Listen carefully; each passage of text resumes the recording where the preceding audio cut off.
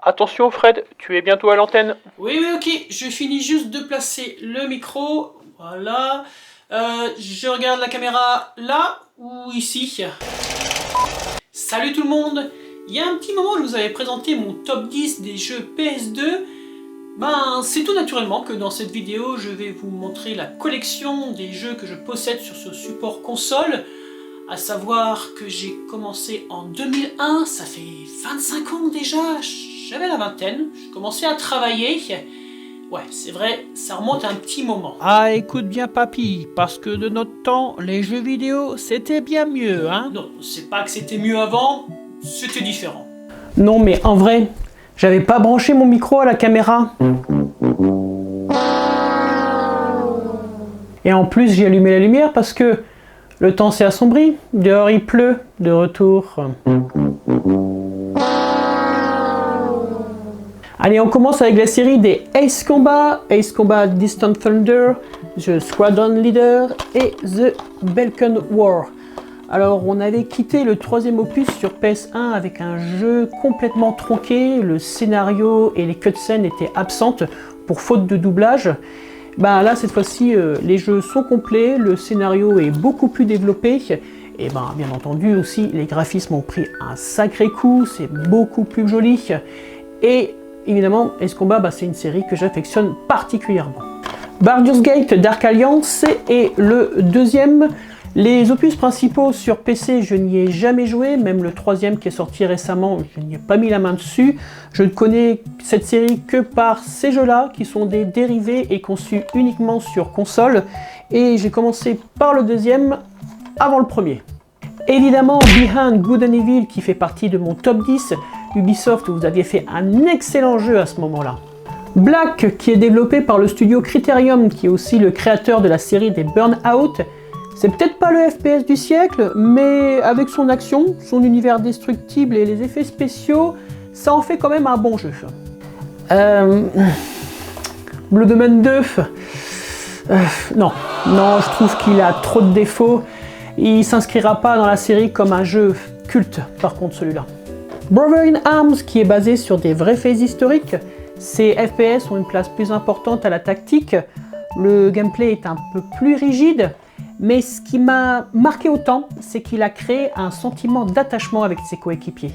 Ici, on a les Call of Duty. Alors, ces épisodes sur console restent des plus classiques dans la construction habituelle des Call of Duty traitant de la Seconde Guerre mondiale.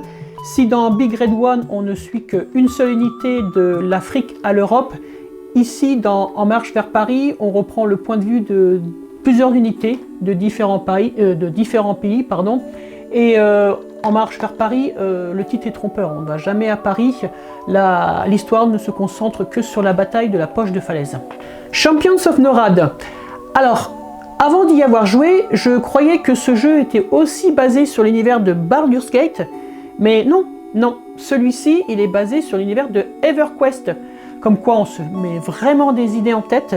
En tout cas, vous trouverez ce jeu que uniquement sur PS2 et pas ailleurs. J'adore la série des Chevaliers de Baphomet. Les deux premiers épisodes font partie de mes favoris. Et ici, le manuscrit de Voynich ou Voynich, je n'y ai pas joué à sa sortie parce que j'avais vu des notes très moyennes et un peu critiques qui m'avaient quelque peu refroidi. C'est 2 ans plus tard que j'y ai joué. Et même si c'est un amour de retrouver la franchise, on est encore obligé de pousser des caisses pour résoudre des énigmes. Non, c'est dépassé. Et le jeu n'aurait pas dû passer à la 3D. Rester en point and click classique, je pense qu'il aurait été beaucoup mieux. Commando 2, Main of Courage, suite toujours en vue isométrique du premier Commando qui était sur PC en 1998. De nouveaux personnages, interactions et capacités plus nombreuses, et des mécanismes ajoutés. Un jeu et une suite qui restent passionnants. Dark Chronicle, je vous le montre, mais en réalité je ne l'ai pas fini. Je suis resté bloqué à un endroit, je ne sais plus pourquoi. Je suis passé à un autre jeu, je ne suis jamais retourné. Faudra que je le recommence.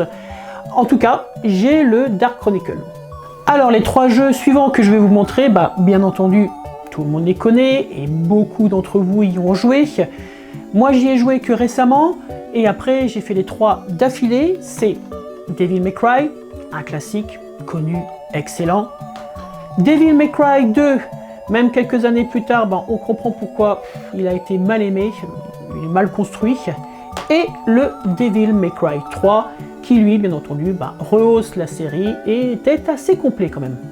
Dragon Kart et Dragon Kart 2, dont je ne savais pas que la série Nier était une série dérivée de Dragon Kart.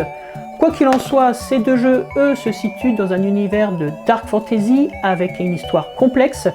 C'est de l'action RPG avec du combat au sol et du combat à dos de dragon. Et j'ai tellement apprécié le deuxième que j'ai hésité à le mettre dans le top 10. Celui-ci, j'y ai joué récemment, en 2019. Dropship, qui peut être considéré comme une simulation de vol de combat, avec dépôt et récupération de troupes et véhicules, et des missions directement au sol, aux commandes d'un blindé. Plutôt original et sympa. Escape from Monkey Island. Tout comme les Chevaliers de Baphomet, on n'est plus sur du point and click pur et dur, lui aussi il est passé à la 3D. C'est mon seul et unique contact que j'ai à cette série, et l'univers, il est toujours rigolo, mais les énigmes, elles sont bien barrées. Quand la PlayStation a voulu avoir sa caméra à reconnaissance du mouvement, ça a donné plein de mini-jeux avec iToy, dont certains sont bien et d'autres plutôt fastidieux. Alors prévoyez de la place dans le salon pour pouvoir gesticuler et surtout des personnes de même taille en compétition. Fahrenheit, j'ai été déçu. C'est le deuxième jeu du studio Quantic Dream. Pourtant le côté polar, paranormal, le fait que l'histoire et le gameplay évoluent de deux points de vue différents entre le meurtrier et les enquêteurs, mais les mini-jeux en couleur, non, personnellement je les ai trouvés horribles.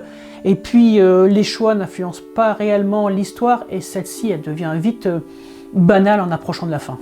Bien entendu, Final Fantasy X et le Final Fantasy X-2 que j'avais mentionné dans mon top 10 et dont je vous avais dit que du bien de cette série une fois de plus. La série Flat Out, que je trouve que c'est les dignes descendants de Destruction Derby, c'est rapide, c'est bourrin, parfois subtil par moments, et le fait de pouvoir améliorer sa voiture pour la rendre plus performante, ça c'est cool.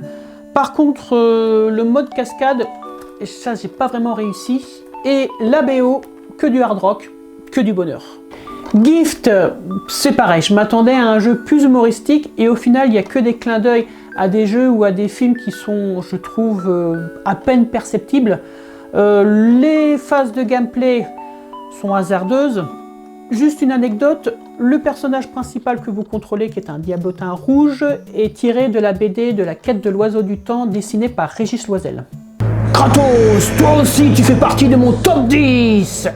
Gitaloman, un jeu japonais et un peu barré par moments, mais que j'ai pas réussi à finir et que je crois que je n'y arriverai pas, car la difficulté est sérieusement croissante au fur et à mesure des niveaux. Le premier stage présent dans toutes les démos était abordable, et dès le deuxième, on voit clairement qu'il y a une différence. On ne présente plus Half-Life pour son univers et la communauté qu'il a créée. Pour beaucoup de gens, il est considéré comme l'un des plus grands FPS de l'histoire du jeu vidéo. C'est bien entendu la version PS2 que je vous montre, mais j'y avais joué en premier sur PC. Herdy-Gerdy, un nouveau monde, un nouveau héros et de nouveau un nouveau jeu original puisque la mécanique principale est de rassembler du bétail comme un berger mais sur fond de puzzle. On y trouve aussi de la plateforme, de la discussion et des quêtes. Le jeu est donc développé par Core Design, les papas de Tomb Raider, et petite mention sur la fin où la difficulté est un peu plus poussive.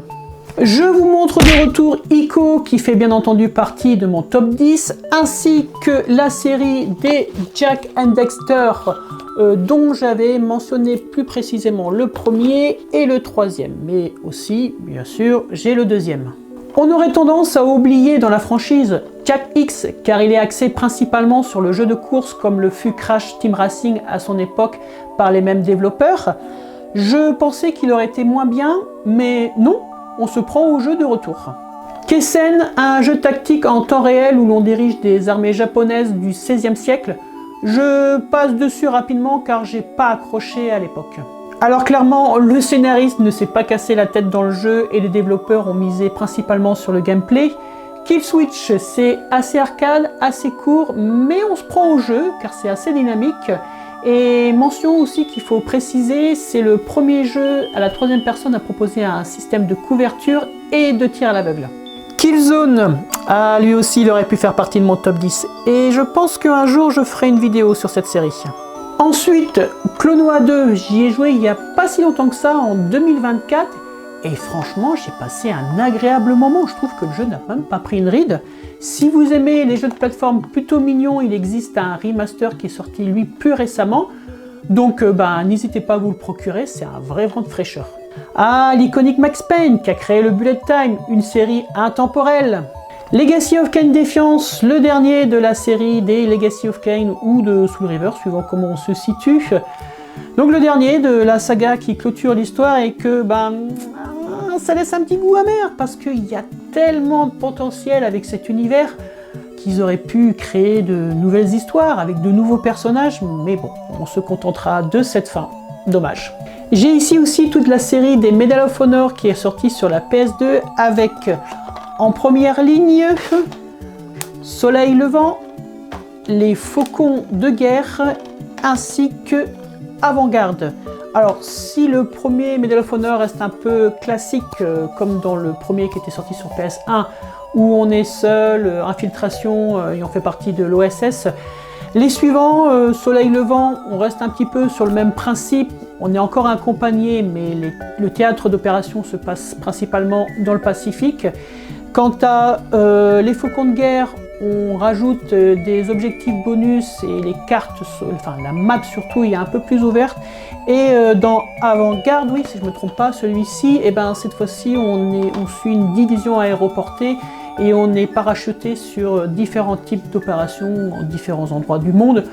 Bon, ça reste du Medal of Honor des plus classiques. Allez, je conclus là pour cette première partie parce que, comme vous avez peut-être pu le constater, c'est par ordre alphabétique, on n'est arrivé que au M, il y a encore pas mal de jeux à voir. On se retrouve prochainement dans une deuxième partie. En attendant, je vous souhaite bon jeu et je vous dis à la prochaine!